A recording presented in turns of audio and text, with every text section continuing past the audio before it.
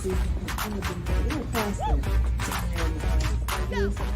Since my boss would also say different things. Yeah, too black and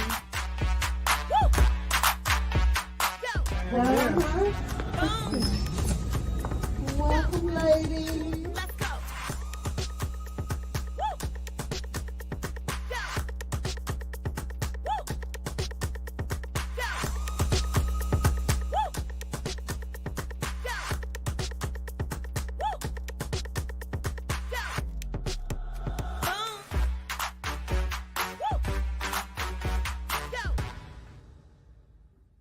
Okay, Miss J, you are on the incline with Crystal. Thank you. I'm excited to have you on the show. Jay's Gift Shop. This is Jay at Jay's Gift Shop. She is in the New Black Wall Street Market in Stonecrest, Georgia. And I am also one of her customers. Yes, right? you are. I You am. are. I've shopped here a couple of times for myself and my mother as well. Yes. So really excited about interviewing you today.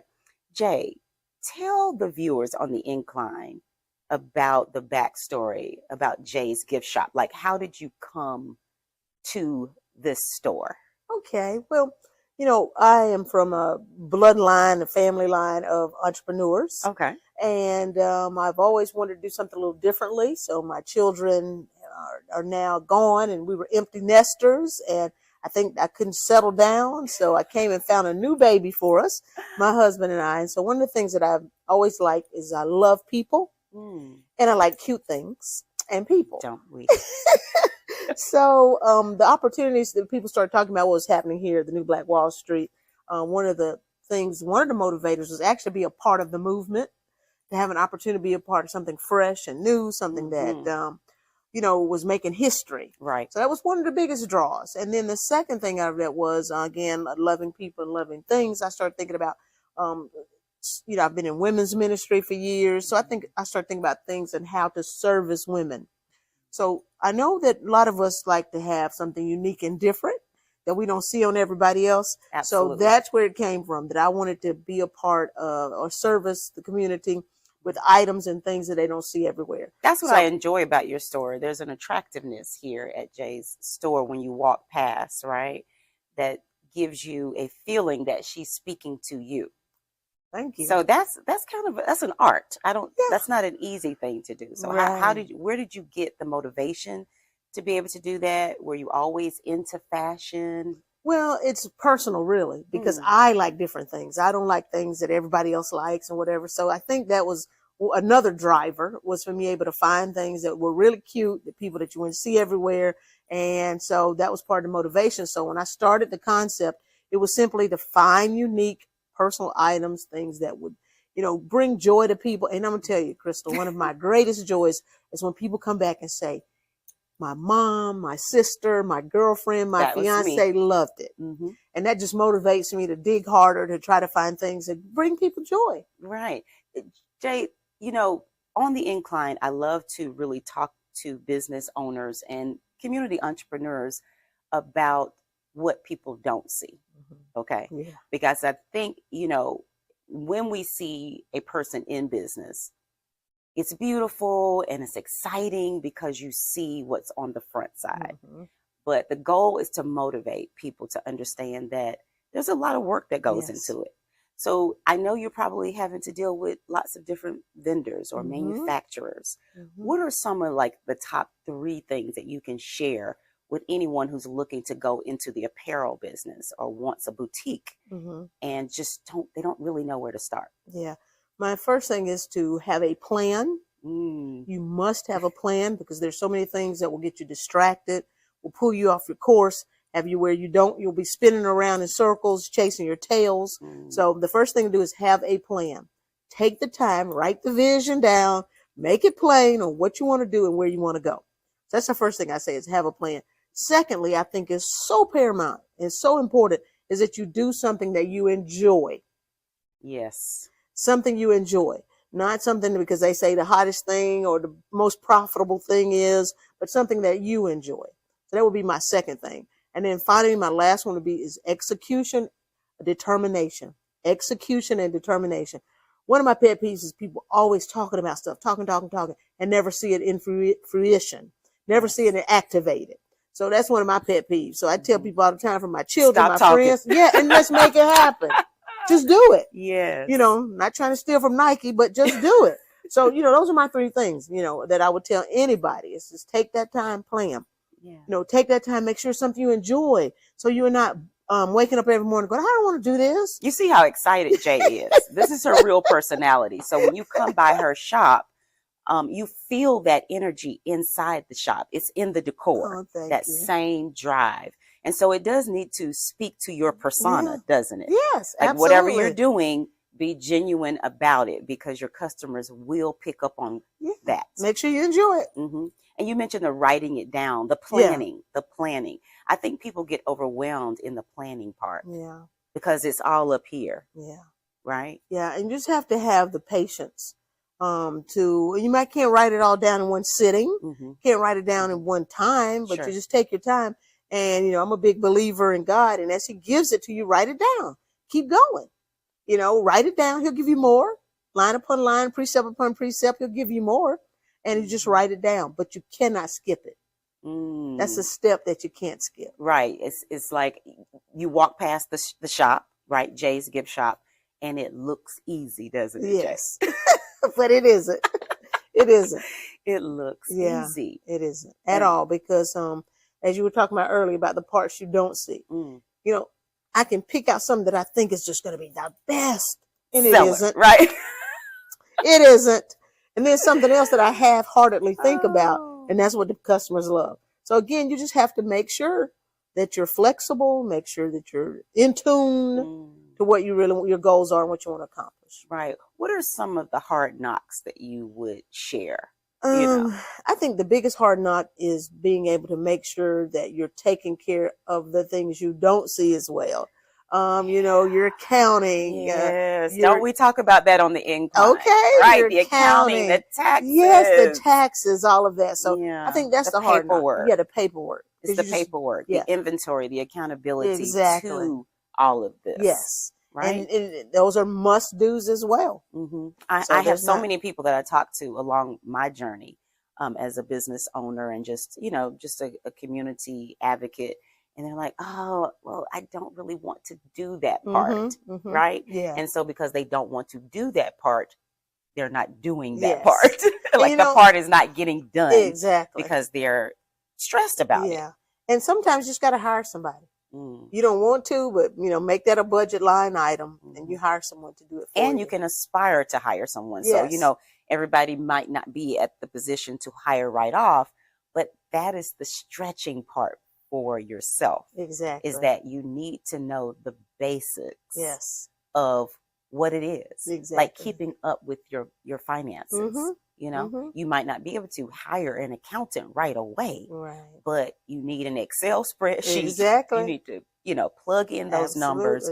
You need to keep up with your receipts.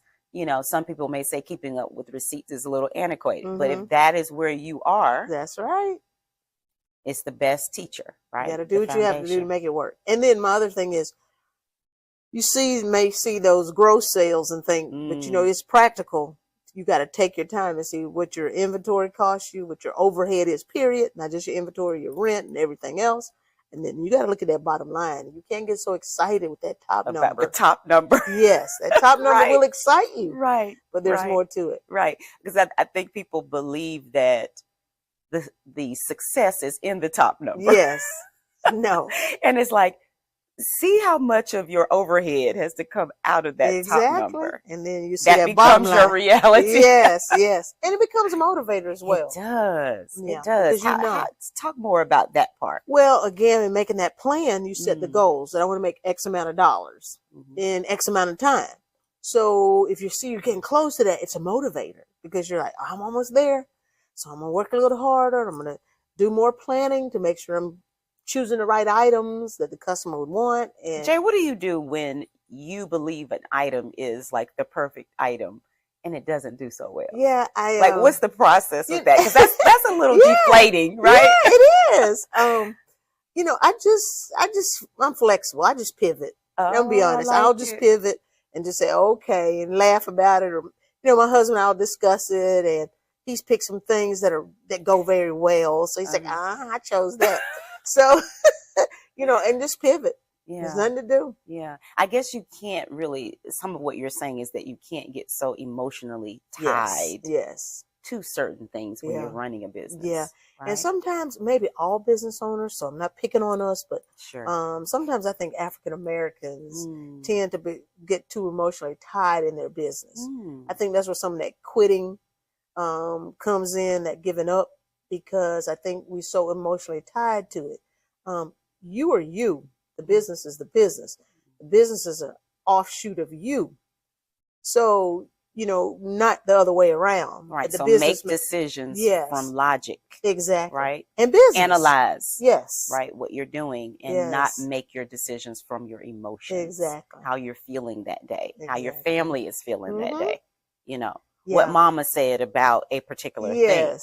Right? It's really in the details. It is. And again, remaining steadfast. Right. So what are some of the really, exciting pieces that you like and the customer likes? Well, one of the biggest is these bags. Okay. I mean, these are just one of the most popular items that I have. I can see why. People love them. And they're very practical, That's too. Really nice. They're very cute, but they're practical as well. Right. Fashionable, too. Fashionable and these are travel bags, by the way. They have rollers on them, right? Yes. And a lot of executives and educators buy these because instead of pulling computers and laptops on your shoulders, you can roll them. Yeah. So that is just a real popular item that a lot of people like. I have different colors and styles and everything. Yeah. Of course, my fedoras. I'm wearing one today. Fedora. But these also are very popular. We went through the movement when the red bottoms was all the rave and all the craze was over the red bottoms. So these have always done well. It's a nice accent piece. But I have all colors and shapes and sizes, so they do very well. Okay. My dresses and my little cute dresses and outfits. And she does so well. You can kind of see a little in the background of, how she places things in the shop. She's just not throwing them in position, right? Right, exactly. And I change them. Okay. One of the things that I do is I change them around because you want people to walk by and say, oh, that's the same thing she had last week. But I have people tell me I have repeat customers. I'm blessed that I have repeat customers. And so because of that, I have to have something different for them. So I think about it in my inventory. I make sure it's something different. Yeah, something fresh and exciting. Yes. And they probably come in looking for that. They do. Right? Like, what you got this week? Yeah. So let's talk about repeat customers versus new customers, and why is that important, Jay? Well, repeat customers are certainly because they not only become your repeat customers, they become your advocates. They will in turn take that and tell their friends. And, I tell them my Wednesday crew that comes to the concerts that they have in the Pink Lion. I brought my friend in here this week. I brought my sister in here this week. So that always works very well for me too. Of course, you can't be, you're not going to survive with just repeat customers. So your new acquisitions of new customers are just as important. And the only way to do that is to be able to have something that's inviting, as you said, and fresh to draw them in to become a customer. Absolutely. And my first corporate America job was customer service. And so I can tell. Yeah, that was my first. Tell. So, also on the Incline, we talk about background, the background of a person. A lot of times you see what they're doing today and you think that's where it started and that's where it stops, but not true. That's right? So you want to learn from the place where you are today and just stockpile the education. That's right. Stockpile the education. That's beautifully said, because my first corporate America from college job was customer service. So that's also so vitally important that you keep your customers happy. You make them feel warm and welcome. Sometimes you go into shops and stores and people are just dry. Yeah. It doesn't mean that we want people to follow us around and harass us, because I don't think we want that. Right. But it's something inviting about customer service, right? Yes. It's in the service, and people will pay the price. That's right. Your ticket price for items when they feel they're receiving customer service. You're right. So I tell any entrepreneur, anybody, let your customer service be just the engine, the gas for your engine to fuel your company. Customer service. I talk to them. I don't just go pass them a receipt. Talk to them. They talk to me, and most of them want to be talked to. And don't you have to do that? You have to push up the incline on days when you might not feel so great that day. Yes. You know, you have to remove self. Yes. You know, so how does that work when you walk in and you just might have a headache that day? You might not feel so well that day, but you got to think about the customer. Yes. This person is coming in to share with me, you, their hard-earned money. They have chosen to come to you. And because of that, they're entitled to get the kindness, the respect, and everything else that they deserve for coming in your shop. So you have to deliver. Right. You got to think about that first, because that is something that I think we all have experienced. You go into different shops and you walk out kind of bewildered. It's like a feeling. It's like, did they really want me in that store? Yes. Especially this economy right now, people trying to spend money with you. The least you can do is make them welcome and, you know, feel good about their purchases. And when you have a brick and mortar shop, you have online competition, right? Yes. So I mean, we live in a global economy. Yes. So you really can't afford to not give it your best. Exactly. Because oftentimes online price points may be a little lower because they don't have the overhead that you have. So because of that, their price points may be lower. So what's going to make the difference in you and them? The experience. Yes. It's in the experience. That's right. You know, we pay for experiences, don't we? You know, and we pay for Jay's quality customer service and the way she makes you feel when you walk into her shop. So this is really cool. Jay, thank you so much. I really appreciate you being on the Incline and just sharing some motivation from Jay's gift shop. Make sure you come by, check Jay out at the New Black Wall Street Market in Stonecrest, Georgia. I'll see you the next time on the Incline. Thank you. You're so welcome. Okay.